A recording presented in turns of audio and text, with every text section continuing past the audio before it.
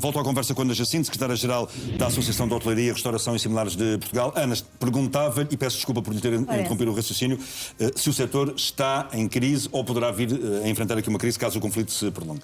Bom, era isso que eu estava a tentar explicar. O setor já não estava bem há algum tempo. A Aresp tem vindo a assinalar e a referir há muito tempo as dificuldades dos setores que representa, sobretudo no que diz respeito à restauração. Não nos devemos esquecer os efeitos que ainda persistem da pandemia. Parece que foi há muito tempo, mas a verdade é que o setor ainda está a pagar a conta da pandemia. Estamos a pagar os empréstimos que foram contraídos no âmbito da pandemia. Algumas dessas empresas com muitas dificuldades. Nós fizemos um inquérito e percebemos que havia uma percentagem significativa de empresas com muita dificuldade em pagar esses mesmos empréstimos e, como sabe, não podem ser reestruturados. E, portanto, essa era uma dificuldade. Depois foram apanhados pela inflação, sobretudo inflação alimentar galopante, outros custos operacionais, custos salariais e, por força de todo este cenário, a Aresp, no momento em que estávamos a discutir, em que o Governo estava a discutir e apresentou o Orçamento de Estado, nós tivemos a oportunidade de apresentar um conjunto de medidas que achámos que era verdadeiramente importante para que este setor pudesse fazer aquilo que faz muito bem, que é gerar riqueza e criar postos de trabalho. A verdade é que a maioria das medidas que a Aresp apresentou, sobretudo no eixo da fiscalidade, no sentido de aliviar a carga fiscal e contributiva, que era verdadeiramente essencial para este setor, não foram acolhidas. E o cenário só se agravou.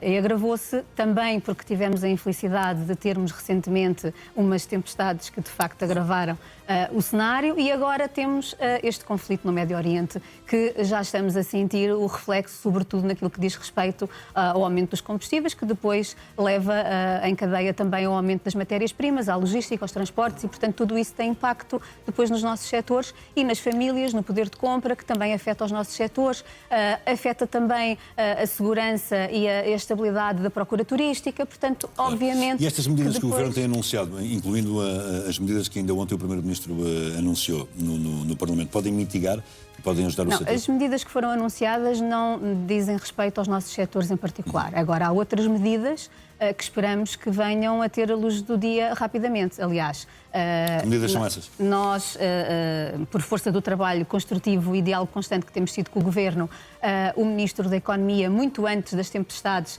já tinha anunciado medidas concretas para apoiar a restauração, medidas essas para as micro e pequenas empresas da restauração que acabaram por não ser ainda publicadas e disponíveis, portanto estamos a aguardar e, entretanto, como sabe, foi apresentado um PTRR que tem medidas que têm que ver com 3 eixos essenciais, designadamente a recuperação, a resiliência e a transformação, onde nós também esperemos que as nossas empresas possam ser apoiadas. Mas o documento está neste momento ainda em construção, nós estamos a fazer várias propostas no âmbito desse documento, houve uma primeira reunião e, portanto, vamos ver, mas tem que ser rapidamente porque, efetivamente, como diz, as nossas empresas estão a ser afetadas e, dependendo da escalada e do tempo deste conflito, pode ser muito grave numa situação em que ela já vem num estado de gravidade acentuado. Mas, o setor pode vir a ser confrontado com o quê? Num cenário mais complicado? Falências em massa? As falências estão a acontecer, mesmo antes do conflito.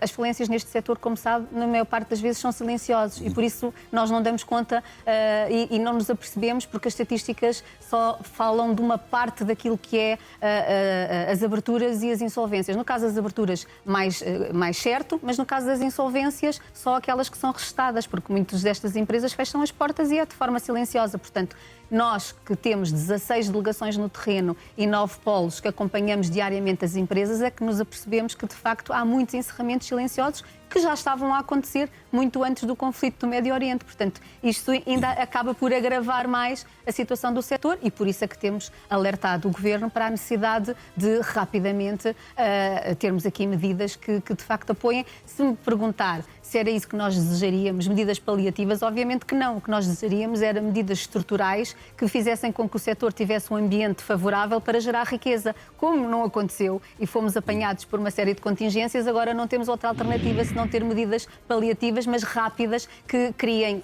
liquidez nas empresas, ajudem a tesouraria